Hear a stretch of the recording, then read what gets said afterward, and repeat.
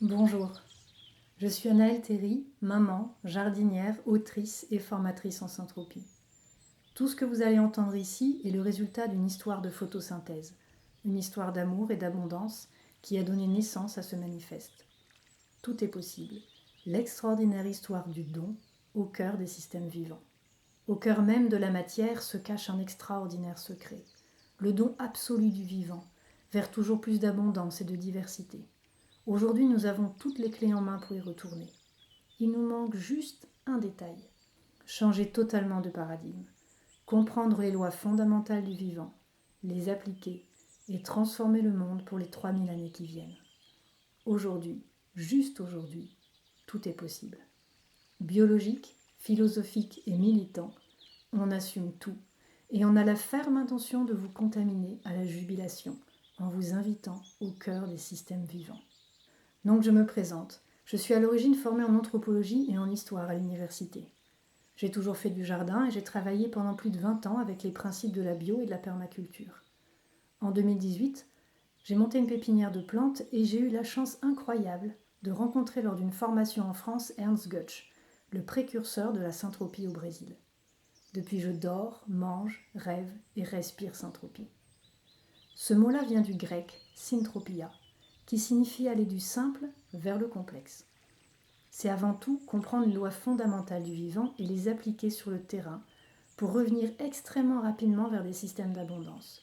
Cela demande donc un profond changement de paradigme qu'on pourrait résumer par une phrase de Ernst Götsch. Nous ne sommes pas les intelligents, nous faisons partie d'un système intelligent. Pour moi, c'est retrouver une place juste et bénéfique qui va dans le sens du vivant et de l'abondance. De manière pratique, c'est une agriculture de processus. La succession dans le temps et dans l'espace de la production et de la biomasse. Plus vous plantez, plus vous taillez. Plus le sol est riche et moins vous arrosez. Et pour faire encore plus court, c'est magique. Je fais partie des précurseurs qui adaptent ces principes au terrain en climat tempéré. La syntropie a plus de 40 ans de recul sous les climats tropicaux et subtropicaux. Elle est utilisée par des milliers de paysans à travers le monde, mais nous ne sommes pas au Brésil. Il faut donc s'adapter au niveau des vitesses de pousse, des saisons, des techniques et des plantes utilisées. À force d'essais-erreurs, j'ai développé des plantations autonomes en biomasse, capables de créer leur propre microclimat dès la première année et d'être rapidement autonomes en eau pour certains types de production. Aujourd'hui, je me consacre à la recherche, à la résilience alimentaire territoriale, à la création de supports pédagogiques et à la formation. Après des années d'expérimentation de terrain, de formation et d'écriture, je me suis rendu compte que la problématique fondamentale, ce n'était pas la technique. La technique, nous la connaissons depuis des années, et nous pouvons de manière pratique répondre aux problématiques actuelles. La difficulté principale, c'est le changement de paradigme. C'est ce processus de retourner la chaussette qui est primordial pour nous faire rencontrer le vivant de manière totalement différente. Ce manifeste, nous l'avons souhaité gratuit, disponible, téléchargeable, imprimable, podcasté, pour contaminer au maximum, pour rayonner, pour donner envie de verdure et d'abondance. C'est notre petite contribution à la transformation du monde vers une société plus juste, parce que basée sur des principes efficaces qui vont dans le sens du vivant. Si le message vous touche, n'hésitez pas à le transférer, à l'offrir, à l'imprimer, en laisser une copie dans la boîte à livres, chez le dentiste ou à le proposer au festival du coin. C'est un virus, mais un gentil virus, et on compte sur vous pour le déployer. Pour télécharger et imprimer chez vous le manifeste, le retrouver dans d'autres langues, lire les commentaires de scientifiques et de pratiquants de terrain ou en savoir plus sur la syntropie, rendez-vous sur joala.fr. Merci. Tout est possible. L'extraordinaire histoire du don au cœur des systèmes vivants. Par Anaëlle Théry, édition Joala. Cet appel est dédié à tous les précurseurs, les philosophes, les chercheurs, les pédagogues, les pratiquants, les défenseurs, les conteurs et les amoureux qui ont consacré depuis des décennies leur temps et leur énergie au service du vivant. À chacun d'entre vous, passé, présent et à venir, merci. Ce texte ne se déroule pas de façon linéaire. Il s'inspire des traditions narratives de certaines tribus d'Amazonie. Il se compose en cercles qui reprennent à chaque fois les thèmes principaux pour tisser de nouveaux liens, ouvrir des horizons et approfondir le propos. Tout est possible. Le vivant est puissance, une force profonde, immémoriale, qui transcende le temps et l'espace. Une puissance illimitée qui se déploie partout. Des abysses aux cavernes aveugles, des glaciers aux montagnes des tropiques. Partout, la vie se déploie dans un incessant ballet de naissance, de transformation et de mort. Chaque mort laissant son milieu plus riche, plus complexe. Le vivant n'a de cesse de tendre vers l'abondance. Qu'importe si les étoiles tournent et que les millénaires s'effritent pour passer de la roche solitaire au sol d'une forêt profonde. Qu'importe, le temps n'a pas connaissance de lui-même. Une flaque d'eau laissée au soleil sur un bout de bitume grouillera de vie en quelques heures. Microscopique rouage d'un système gigantesque. Les minuscules à nos yeux s'adaptent à tout, même à nos pires folies. Des champignons, des bactéries nouvelles se découvrent près des turbines des accidents nucléaires ou dans les océans de plastique. Le vivant est un laboratoire sans limite d'essais-erreurs pour que chaque organisme s'adapte dans une interaction constante avec ce qui l'entoure. Végétal ou animal, le vivant tend vers toujours plus de complexité et de diversité. C'est la loi.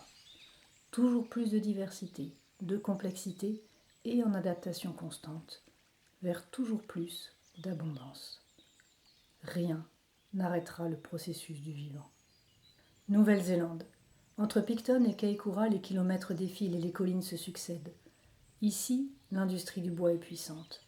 Toutes les forêts natives ont été brûlées ou arrachées, remplacées par de gigantesques plantations de pins, d'un meilleur rapport et principalement pour l'exportation. Le pin, qui n'est pas natif de la région, a fait quelque chose au sol. L'uniformité a épuisé le système d'abondance développé feuille à feuille depuis des millénaires. Après la récolte des troncs, les collines sont nues, couvertes d'une herbe pauvre et jaune en cette fin de printemps. Sur des centaines, sur des milliers d'hectares, les collines sont saccagées. Le reste de terre arable est lessivé dans les pentes, les sources sont souvent taries. Monoculture, appauvrissement du bassin génétique, contrôle et gestion. Tout ce que nous simplifions nous rend plus faibles. L'industrie du bois est puissante, ça ne va pas durer longtemps. Qu'est-ce que le temps d'ailleurs ? Une idée qui nous sert à décompter l'histoire, histoire de se prendre au sérieux. Un calendrier qui change selon l'humeur et l'occupant du trône. Un dictateur social qui découpe en tranches bien nettes les jours et les années. Encore une illusion. Le temps s'écoule différemment pour un satellite que dans les plaines terrestres, et les ingénieurs doivent recaler constamment cette différence pour que nos ordinateurs soient à l'heure.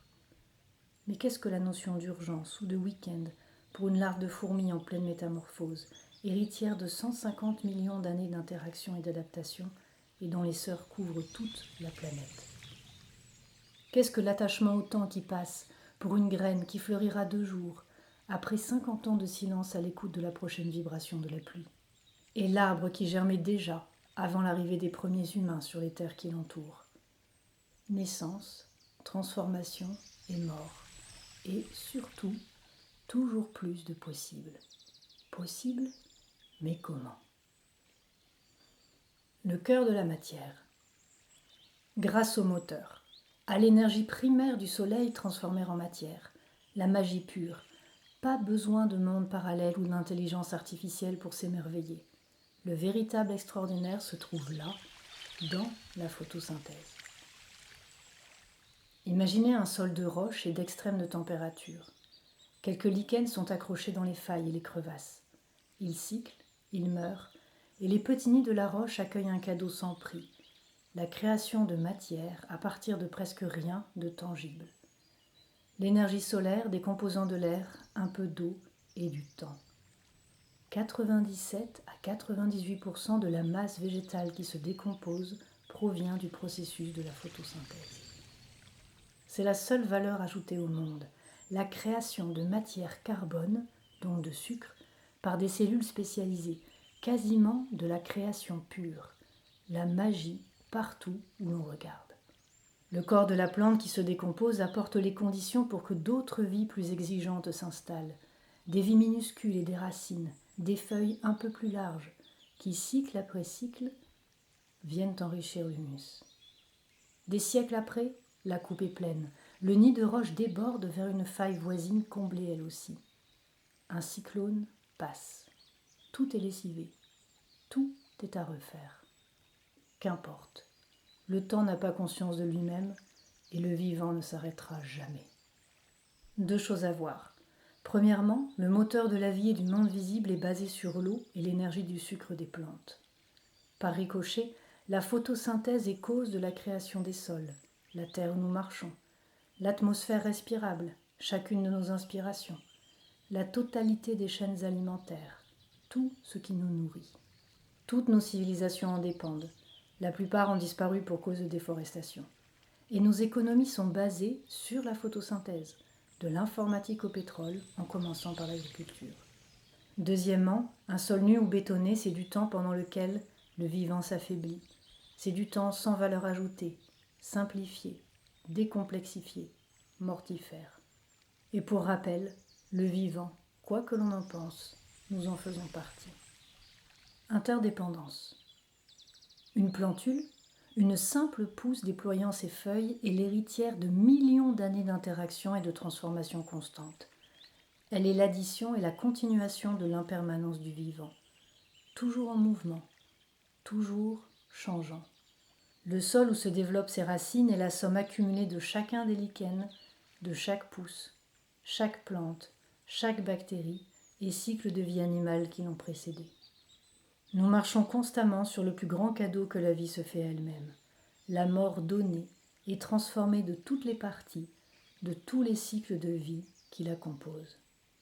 Les systèmes vivants ont pour règle fondamentale l'impermanence et la marche constante vers toujours plus de diversité, de complexité et d'abondance. Et l'essence ultime de l'abondance se trouve là où on ne l'attend pas, bien loin des clichés de la loi du plus fort. Le vivant a choisi la stratégie du don, un don presque absolu, car chaque vie, chaque organisme, qu'il soit végétal ou animal, laisse toujours son milieu plus riche en partant. Ce qui est incroyable, c'est qu'une espèce prépare toujours les conditions pour les suivantes. Au bout d'une saison ou d'un siècle, ses propres descendants, de par la richesse qu'elle laisse, ne seront plus adaptés à ce milieu. Ils iront déployer ailleurs leurs outils et leurs fonctions, parfaitement adaptés à une situation ou à un sol en particulier. Car le sol exprime toujours ce dont il a besoin pour aller vers l'abondance. Chaque caractéristique des racines, chaque fonction, chaque outil des plantes qui poussent dans un milieu a son rôle à jouer. Il n'y a pas de mauvaises herbes, il n'y a que cette tendance folle à toujours plus de richesse et de diversité. Comme la presque totalité des arbres, les chênes sont nés sous les tropiques et se sont installés partout. Imaginez ce qu'un gland représente d'énergie, d'adaptation, de gènes et de sucre accumulés jour après jour à travers les saisons. Un concentré de tous les possibles. Et chaque automne, des milliers d'entre eux sont lâchés vers l'inconnu. Sur toute la vie d'un arbre, entre 1 et 5 millions de glands lancés à tout va, pour 1 à 5 chênes adultes en descendant direct. Quelle folie! Et ce n'est pas du gaspillage, c'est la stratégie du vivant que la biologie peut traduire ainsi. La vie d'abord, l'espèce ensuite, l'individu après. La majorité des graines finiront grignotées, boulottées, compostées, ou leurs feuilles broutées à peine sorties de leur gange. Mais qu'importe, puisque la vie sera plus riche, que des milliers d'animaux, d'insectes et de champignons vivront de ce tapis de glands, que des dizaines d'espèces de plantes ajouteront à l'humus leur propre potentiel. Ce réseau d'interaction, de robustesse, de hasard et de résilience dynamique donnera à quelques-uns des glands les conditions nécessaires pour s'épanouir. Et 2 siècles plus tard, un descendant aura déployé ses ramures. Le bois, les feuilles et les racines de l'arbre mère, composés d'air, de soleil et de temps, seront en presque totalité retournés à la terre. Et la terre n'en sera que plus riche. Toujours plus riche. Sauf si nous inventons l'agriculture. Bâtisseurs des poussières à venir. Nous avons construit des civilisations gigantesques et magnifiques faites pour l'éternité. Les empires de Chine, d'Afrique, du Moyen-Orient, les peuples incas, grecs ou romains, ou les empires coloniaux. Ils ont tous été basés sur une malédiction, une seule. Tu cultiveras la terre, et la terre n'en sera que plus pauvre. Commencé il y a 12 000 ans environ, Le contrôle de la production n'a cessé de contrer les lois fondamentales du vivant, et nous nous sommes épuisés à la tâche en simplifiant, en décomplexifiant, à force de désherbage, de labour, de brûlis et de monoculture. En 120 siècles, nous avons perdu 92% de la fertilité des sols et créé les plus grands déserts du monde. Les 2 tiers des terres émergées sont en voie de désertification et le reste s'effondre.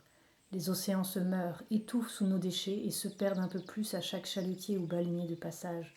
Entre barrages, pollution et détournement, les cycles de l'eau douce s'épuisent à chercher du bon sens. Cela vous le savez déjà. Mais nous pouvons faire mieux que destructeurs en chef. Nous pouvons être coacteurs de l'abondance. Aujourd'hui, changer le monde, transformer notre esprit, protéger l'océan de nous-mêmes et planter un jardin. Et finir par contaminer les voisins. Aujourd'hui, juste aujourd'hui, tout est possible. Prenons au hasard un de ces empires taillés pour toujours et rendus à la poussière et aux ruines, l'Empire romain. Comme tous les autres, il a commencé petit et s'est nourri des terres alentours. Des champs un peu plus pauvres chaque année, puis mis en jachère. Une pause pendant laquelle le vivant reprend ses droits, retourne vers l'abondance avant que les défricheurs et paysans ne reviennent. Puis viennent plus de population, plus de besoins, moins d'espace et moins de repos pour les terres. On utilise le fumier animal et humain. On justifie l'esclavage et la misère par des décrets divins et politiques. Puis, comme les terres ne suffisent pas pour les ventres et le pouvoir, on justifie aussi les colonies et l'annexion du voisin par l'arrogance et une prétention de supériorité. En bref, on bâtit un empire. À l'apogée de l'Empire de Rome, les paysans italiens parvenaient à peine à se nourrir eux-mêmes et ce sont les blés du Nil et du Moyen-Orient qui assuraient le pain quotidien. Contrôler, simplifier, appauvrir, puis coloniser. Toujours la même rengaine. Aucun empire, aucune société ne peut développer autre chose que la peur du manque et l'avidité, la violence et la destruction, s'il ne respecte pas les lois fondamentales du vivant. Allons plus loin encore. Une société bénéfique pour ceux qui la composent ne peut que se fonder sur le socle inébranlable des lois du vivant. Et en partant de là, tout est possible. Matière première. La photosynthèse donc, qui serait la seule valeur ajoutée au monde, le premier moteur de l'abondance ? Prenez une bûche. 97 à 98% de cette matière sèche se sont développées à partir d'un peu d'eau, de l'énergie du soleil et des composants de l'air. De la matière à partir de presque rien de tangible. 98% de magie pure. Jonglez avec les chiffres et faites de savants calculs. Essayez d'imaginer le poids du vivant sur la Terre, océan compris. 82% de cette masse sont uniquement composés de verdure. Plus de 8/10 du poids du vivant du monde sont constitués de plantes. Les humains, eux, comptent pour 0,01% du poids total. La systémique du don commence dès le début, bien avant que nos yeux ne perçoivent de l'abondance. Du lichen sur un lit de roche et dans la moindre faille d'un vieux mur. Les conditions sont difficiles, et plus les conditions sont dures, plus le don est complet. Le lichen est l'alliance d'un champignon et d'une algue. 2 organismes distincts qui se sont ouverts totalement l'un à l'autre pour en créer un plus grand, plus complexe et plus résilient.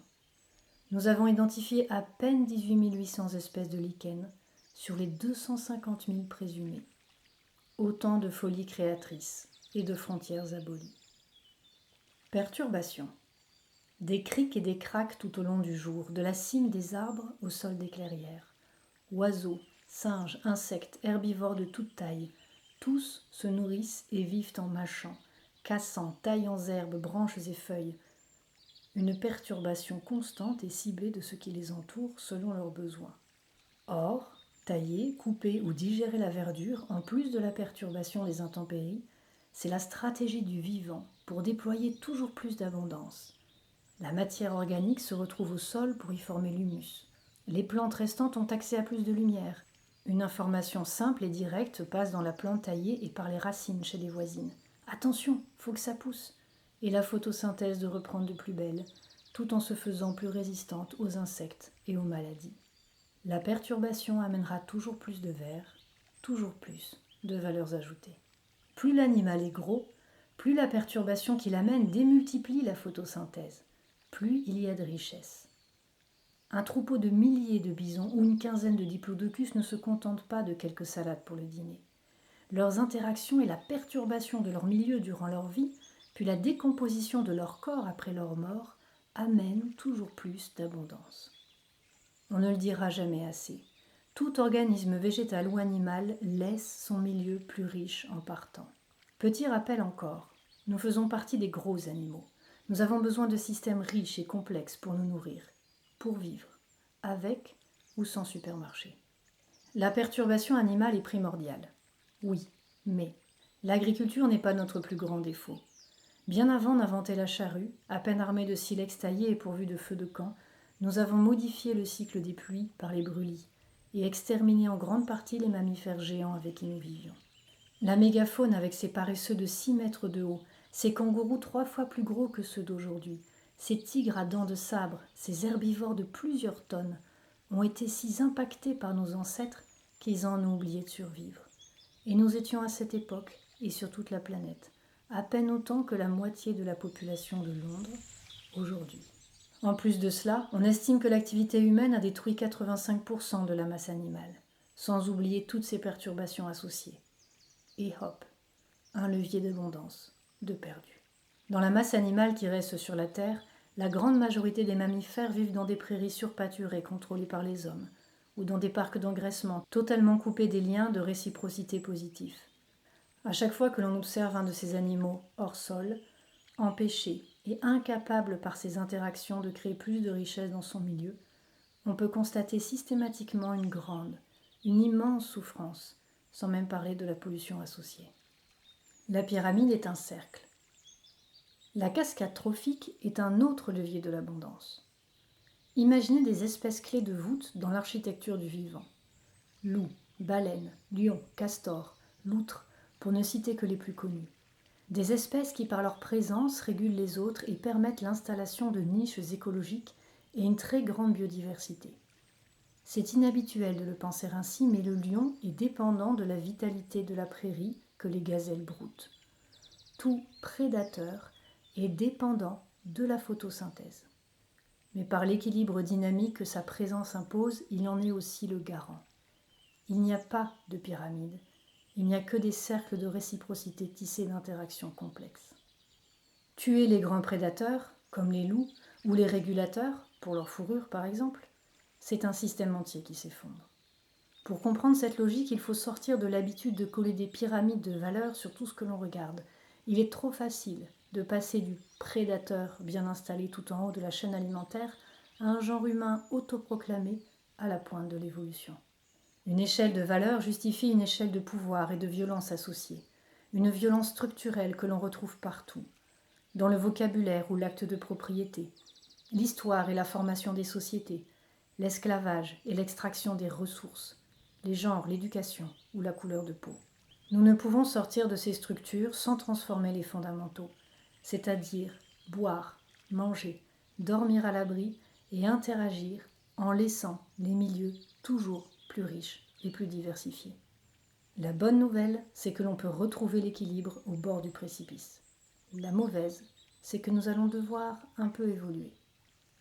En commençant par le jardin. Une jungle d'abondance. Un été de canicule dans un coin de France. Ce potager-là a démarré il y a 2 hivers sur une terre de gravats, d'argile et de chiens-dents. En jardinant en syntropie, c'est-à-dire avec plus de complexité, de photosynthèse, de perturbation, et en prenant en compte les besoins des plantes pour l'ombre et le soleil, la magie a opéré. En quelques mois, le terrain est devenu une jungle de plusieurs mètres de haut, avec très peu d'arrosage, et à la clé une récolte incroyable. Le sol est transformé, grouillant de vie. Chaque geste amène toujours plus. On y est bien. La beauté fait toujours partie d'un Dieu d'abondance. 3 ans plus tard, et toujours en syntropie, les plantations de fruitiers et de petits fruits sont autonomes en biomasse depuis le premier printemps. Un seul arrosage l'été des 2 premières années. Tout est vert, bourdonnant, luxuriant. Les arbres ont poussé 2 fois plus vite qu'en système simplifié. Un maraîcher heureux, très heureux, peut compter sur 8% de matière organique dans le sol. C'est une matière noire qui stocke les nutriments, l'eau et le carbone. la moyenne des terres en France est en dessous de 2%. Pour passer de 2 à 8%, il faudrait ramener 44 semi-remorques de compost par hectare, ce qui implique des machines lourdes, du pétrole et l'appauvrissement d'un autre écosystème. Les déchets verts sont un trésor, mais à supposer que l'on cherche à remplumer toutes les terres du pays, il n'y aurait même pas assez de villes pour en produire suffisamment. Surtout si chaque saison de culture réappauvrit la terre. En 3 ans de syntropie dans le futur verger après la plantation, pas une brouette de fumier ou de paille n'est rentrée. Une photosynthèse dense, des plantes à chaque étage de la perturbation. Et 9 points de matière organique supplémentaire en 3 ans. Nous sommes des animaux du système d'abondance. L'objectif assumé est de monter le taux d'or noir jusqu'à 25%. Pas de pyramide de violence ici, mais des cycles d'interdépendance et des boucles de rétroaction positive avec les perturbations inhérentes au cycle de la vie. Tout est lié. Prenez un organisme, un système, une région climatique. Tous sont composés de parties, d'autres organismes et de systèmes. Observez un corps, une cellule, un arbre et une forêt. Détaillez la totalité des affluents d'un fleuve ou l'ensemble de l'écosystème marin d'une méduse ou d'un requin. Tous sont des systèmes organismes en interaction et modification constante. Chacun est composé d'un nombre incalculable d'autres organismes, eux-mêmes composants d'organismes plus grands. Entre les combinaisons ADN dans le ventre de la poule et la ponte d'un œuf, entre l'évolution de l'embryon, le poussin, et le vieux coq quelques années plus tard mangé par un renard, la nourriture, la forme, la taille, les apprentissages et les interactions évoluent constamment. Il en est de même pour votre propre corps, pour un chêne, pour une espèce qui traverse plusieurs millions d'années, pour la composition et les courants d'un océan entier. Qu'est-ce qu'un organisme ou un système ? Un puzzle fractal multidimensionnel, composé et composant, qui évolue dans le temps et l'espace. Tout simplement. Il faudrait être fou ou être économiste pour penser une espèce ou un individu comme étant séparé des milliards d'interactions qui le tissent et de toutes celles dont il est issu, pour le croire indépendant, permanent, presque immortel. Composé, composant et lié à l'ensemble des systèmes vivants depuis des milliards d'années. Chaque espèce et organisme utilise ses outils, ses caractéristiques morphologiques, pour réaliser ses fonctions, ses rôles et impacts dans les interactions du vivant, dans le but toujours renouvelé de tendre vers l'abondance. Pour être en bonne santé et assurer son propre dynamisme, un individu, un système ou une cellule laisse sans cesse son milieu plus riche et se met de ce fait au service du vivant. Un organisme est toujours interdépendant de la santé de ceux qui le composent et des organismes plus grands dont il est composant. Pour nous, en tant que système et organisme humain, c'est une relation profonde et intime avec le reste du vivant qui nous est ouverte. Un écho qui se réapprend. Évidemment. La loi du plus fort est une invention humaine qui nous permet de justifier la barbarie. Mais elle n'a rien de naturel, rien de logique en biologie, en systémie.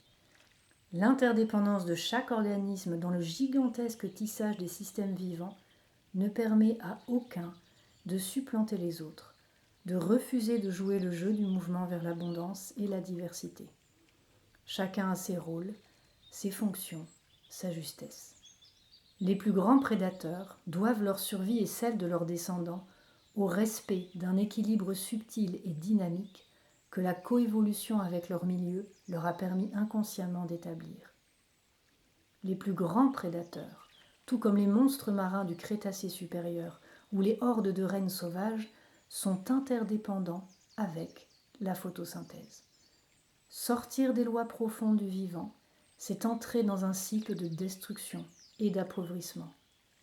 Se penser supérieur, c'est s'affaiblir soi-même. Le don est la clé cachée montrée aux yeux de tous, la clé au cœur de tous les systèmes vivants. Nous devons et pouvons laisser les jardins, les forêts et les steppes toujours plus riches et plus vivants, plus complexes à chaque fin de saison et après chaque récolte. Nous avons les connaissances et les outils pour inviter tant d'abondance que nous pouvons rentrer dans cette logique du don en répondant largement à nos propres besoins. À très court terme, de toute façon, nous n'avons pas le choix. Le sol est presque inexistant. Quelques touffes d'herbes sèches et de la poussière que le soleil brûle et d'où les pluies s'évaporent aussi vite qu'elles sont tombées. Mais tout cela va changer. Le bétail est déplacé en troupeau chaque jour, d'un point à un autre, comme lorsque les prédateurs les poussaient à se regrouper pour se défendre. Ils mangent et donc perturbent la prairie, laissant derrière eux un mulch mélangé d'urine et d'excréments qui fertilise la terre. Quelques années plus tard, à force de perturbations animales ciblées, la savane est verte d'herbes hautes, les arbres et les buissons ont poussé, l'eau coule toute l'année dans les ruisseaux autrefois à sec. Le travail d'une vie d'un homme, le holistic management, a permis sur les 5 continents et dans les zones semi-désertiques de rendre à l'abondance plus de 37 millions d'hectares. Encore une fois, tout est possible, à condition d'accepter un profond changement de vision. Les troupeaux sauvages et le holistic management laissent le milieu toujours plus riche, plus vivant et plus résilient. Pour lutter contre le changement climatique, certains pays annoncent taxer le P de bovin, alors que laissés dans un système d'interaction positive de perturbation, les bovins en question permettent de stocker une importante quantité de carbone dans les sols. Les parcs d'engraissement aux États-Unis voisinent avec de quasi-déserts. La solution est bêtement à côté du problème. L'Irlande a même pour objectif de tuer des dizaines de milliers de vaches. Les animaux ne sont pas le problème. C'est notre manière de les élever qui est en tort. Dans les océans, la même logique s'applique. Les êtres vivants les plus imposants permettent de réguler le climat sur des échelles gigantesques que la géo-ingénierie ne peut pas même imaginer. Il est donc plutôt contre-indiqué de tuer des baleines et 80 millions de requins par an, si nous avons le souhait de freiner le dérèglement du climat. Est-ce vraiment utile de détruire la puissance des grands équilibres par la bêtise et l'avidité ? Nos besoins ne sont pas si grands. Dans le mouvement du monde. Mais il ne s'agit pas uniquement de produire pour les humains. Produire, celui qui produit peut prétendre posséder sa production. Mais c'est la graine qui déploie l'arbre ou la plante, c'est la brebis qui porte l'agneau. Notre vocabulaire nous permet de nous substituer à l'intelligence profonde du monde vivant, de nous croire gestionnaires avisés et propriétaires possédants. Si nous pouvons infléchir les conditions pour recueillir une certaine production, nous ne sommes en aucun cas des dieux créateurs. Dans ce que nous croyons produire, le tissage sauvage du vivant porte partout sa marque. Des bactéries omniprésentes aux micro-organismes qui permettent au sol de nourrir et d'exister. De l'empreinte des derniers millions d'années d'interaction qui ont créé le pore et la rugosité de l'écorce d'un arbre, au balai de pollinisation subtile du vent et des insectes. Tout ne sort pas du chapeau par magie. Nous sommes en permanence redevables au système biologique. Notre vie même en dépend. Nous ne serons jamais des créateurs et donc des producteurs, mais nous pouvons tout mettre en œuvre pour que le tissage dynamique et ses myriades d'interactions se déploient vers un objectif donné, tout en étant incapables de tout comprendre et surtout de tout maîtriser. Et c'est tant mieux, un peu d'humilité n'a jamais fait de mal à personne. Il s'agit de passer du lien d'assisté destructeur au lien de réciprocité. Nous ne pouvons donc pas nous pencher sur la terre uniquement pour les besoins humains. Nous pouvons réfréner notre avidité mortifère et accueillir plus de récoltes sur moins d'espace, en laissant le milieu plus riche et plus divers à chaque saison, en prenant soin autant des liens humains que de la résilience alimentaire locale.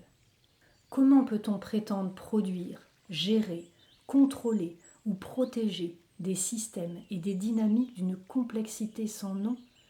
Ils nous ont à la fois constitués et créés en tant qu'êtres biologiques. Prétendre être les gestionnaires intelligents de cette planète serait à la fois orgueilleux, déplacé et complètement faux.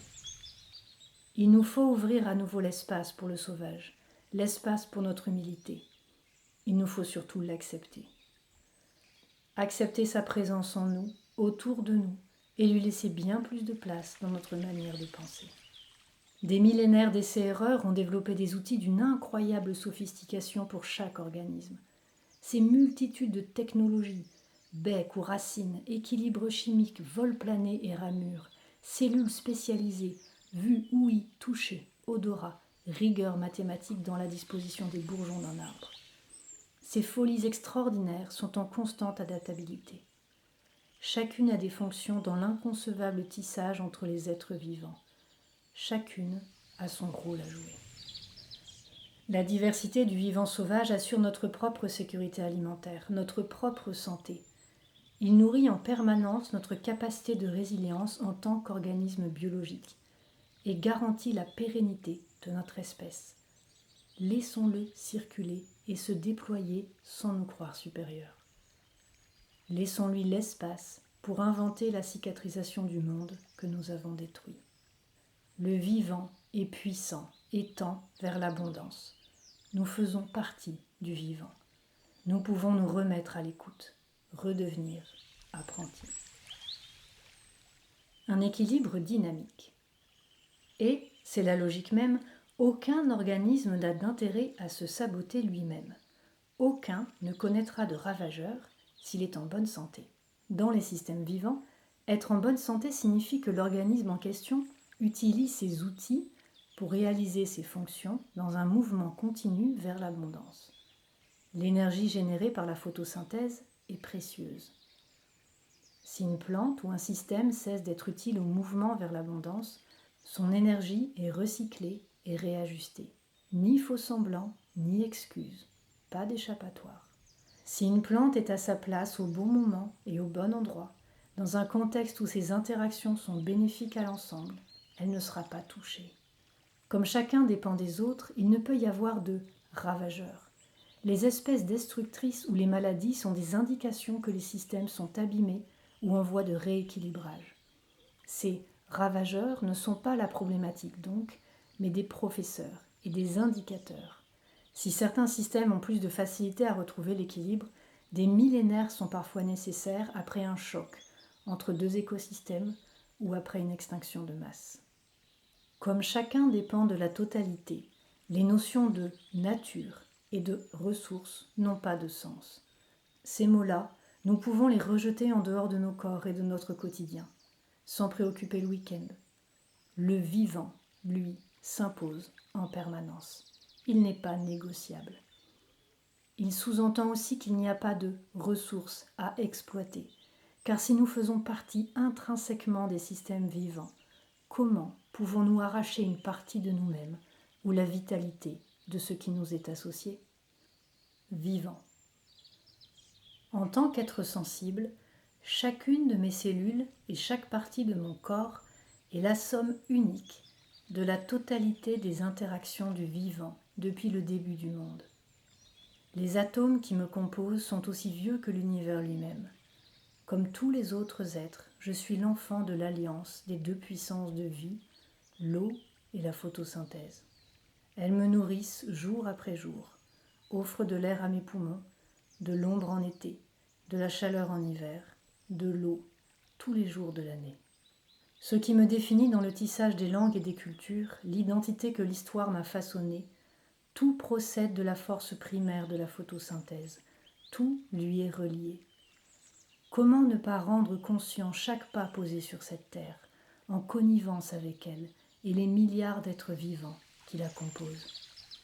Comme le dit un proverbe indien, c'est la manière de marcher sur la terre qui rend la terre sacrée. Si le don est le premier mouvement de ce monde, la gratitude est le second. Une gratitude folle, un merci pour tout, qui reste la première intention du jour. Merci. La gratitude est la petite sœur de l'amour. Nous pouvons semer, tailler, prendre conscience et laisser à notre tour le monde plus riche et plus vivant que le jour où pour la première fois le sol nous a portés. Merci. Le jardin est un espace de semis et de récolte, de planification et de jeu. Le jardin est un espace de possible et d'inconnu, de gratitude. Un temple joyeux, impermanent, interdépendant et composé, notamment du jardinier. Le jardin, mais aussi le vivant sauvage qui nous constitue et dont nous sommes un rouage minuscule. L'avidité et la destruction ne doivent pas nous faire peur. Elles doivent certes être ralenties, mais elles sont vouées à l'autodestruction et au non-sens. Quand elles deviennent la norme d'une civilisation, celle-ci s'éteint. L'histoire encore se répète. Elles n'ont pas de place dans un monde façonné par le don. Personne ne peut remercier sa mère pour la vie qu'elle donne, l'avidité au cœur et les armes à la main. Tout ce qui simplifie nous rend plus faibles. Nous croyons à la gestion et à la maîtrise. Elle nous amène systématiquement à la simplification et dans l'impasse des produits chimiques, de la pollution, du gâchis organisé et de l'appauvrissement. Ces croyances nous entraînent au détournement de tous les cycles de l'eau. Elles nous font créer et même défendre des jobs aliénants, de la souffrance sans fin sur toutes les chaînes de production, de la violence institutionnelle. Elles nous enchaînent à une nourriture insipide et si pauvre en nutriments et en antioxydants que nos sociétés gavées souffrent de malbouffe. Notre alimentation devrait être notre première médecine, pas une des premières causes de maladie et de mortalité. Il se pourrait que la manière de la faire pousser soit notre principal remède. La liste des questions s'impose. Pourquoi s'empoisonner ? Comment peut-on parler de la souveraineté d'une nation sans souveraineté alimentaire ? S'intituler « démocratie » sans pouvoir nourrir sa propre population ? Qui, dans ce cas, de l'État ou de l'industrie agroalimentaire, pharmaceutique et financière, détient les ficelles du pouvoir ?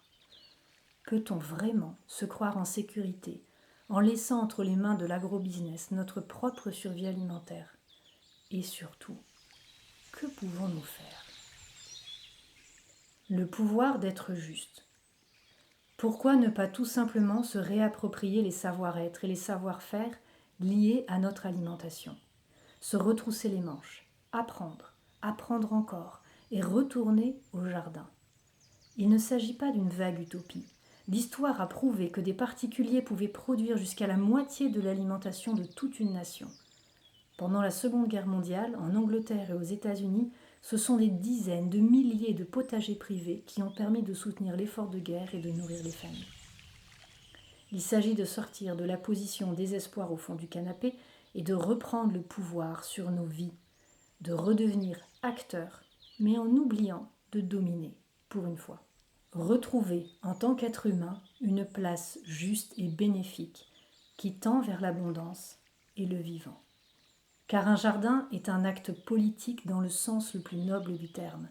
Il s'agit ici de prendre soin de la communauté des vivants, végétal, animal et humain confondus, et de reprendre le pouvoir sur certains aspects fondamentaux, se nourrir, se soigner, prendre soin.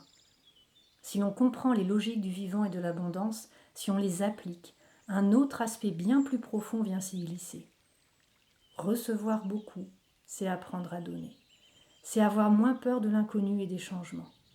L'accueil et la générosité font partie du jardin. Le vivant n'exclut pas, il incorpore. Il se diversifie, il accepte. L'abondance nous apprend à donner, mais aussi à recevoir. Dans les décennies à venir, le feu et l'eau, en excès ou en manque, vont remodeler les flux de la population mondiale. Serons-nous amenés à accueillir des réfugiés climatiques ou à en devenir ? L'inconnu mène au possible, mais autant partir vers cet avenir incertain, les poches emplies de graines et de savoir, de jardins résilients et abondants à tous les coins de rue. Aujourd'hui, juste aujourd'hui, tout est possible. Le syndrome de Frankenstein. Nous avons en main les règles du jeu. Elles sont faciles à dire. Un don presque absolu, un mouvement continu vers l'abondance et une interconnectivité si profonde qu'il est impossible de savoir où commence et se termine chaque système et chaque organisme. Et comme une évidence, laisser le milieu plus riche après chaque cycle.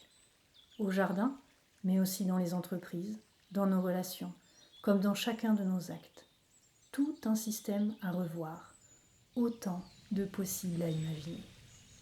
Nous pouvons faire semblant de ne pas comprendre, refuser cette évidence et continuer à mutiler les systèmes vivants et par la même occasion les chances de la survie humaine. Ne pas accepter de jouer par les règles du jeu alors que nous les connaissons devient une pathologie grave, autodestructrice. Un monstrueux syndrome de Frankenstein que l'on pourrait définir ainsi. Tout type d'activité industrielle, extractiviste, de culture ou d'élevage artificiel qui ne prend pas en compte les lois fondamentales du vivant. Toute activité ne prenant pas pour base la systémie du don. Comme ces plantes dépendant de systèmes d'abondance, forcées de se développer dans des terres appauvries, les monocultures d'arbres implantés après la coupe à blanc de forêts diversifiées, les élevages animaux empêchant le cycle de rétroaction positive de la perturbation et l'établissement de leur équilibre social, l'appauvrissement ou la manipulation génétique, mais aussi toute production qui appauvrit les sols, les interactions entre les êtres vivants, toutes celles qui polluent ou créent des déchets. L'océan au début et au centre du monde. Nous vivons sur une planète composée en majeure partie de mer, avec seulement 30% de terres émergées. Nos plus lointains ancêtres sont sortis des eaux salées il y a des millions d'années et l'équilibre subtil de nos corps en porte encore la marque. Les terres vivent et se développent de par la bénédiction discrète et silencieuse de ces immensités d'eau vivantes et habitées. Il n'y a pas de jardin, il n'y a pas de possible sans le respect profond des équilibres des abysses et des vallées sous-marines. Il n'y a pas de vie complexe et diversifiée sur la Terre sans les interactions du nombre infini d'espèces vivantes sous la forêt des vagues. Même en habitant loin des côtes, nous y sommes connectés. Les cycles des ruisseaux et des eaux souterraines, la respiration lente des arbres qui appellent la pluie et l'écoulement des fleuves, et l'eau qui nous traverse. Tout est précieux. Cette eau qui nous porte jusqu'à la naissance, qui nous constitue et nous donne la vie, jour après jour, cette eau-là vient du début du monde. Elle a dormi dans les glaciers, creusé chaque grotte, goutte à goutte, traversé tous nos ancêtres et un incalculable nombre de vies. Cette eau-là a fait tous les orages et la rosée de chaque matin.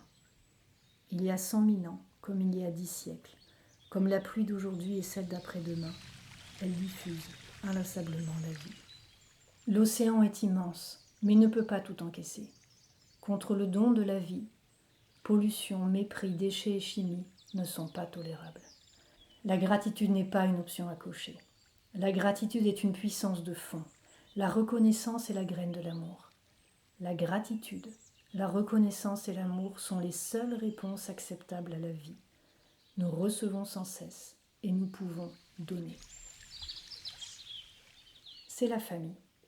Les recherches scientifiques parlent d'une première unité de vie dont découle la totalité de la vie sur Terre, toutes formes confondues. Lucas, Last Universal Common Ancestor, le dernier ancêtre universel commun. Nous avons en commun donc 30% au moins de nos gènes avec la totalité du vivant. Des betteraves aux ours blancs, du plancton à la tomate. La biologie nous fait cousins jusqu'au plus profond de nos gènes. La biologie nous impose par le corps cette interdépendance profonde.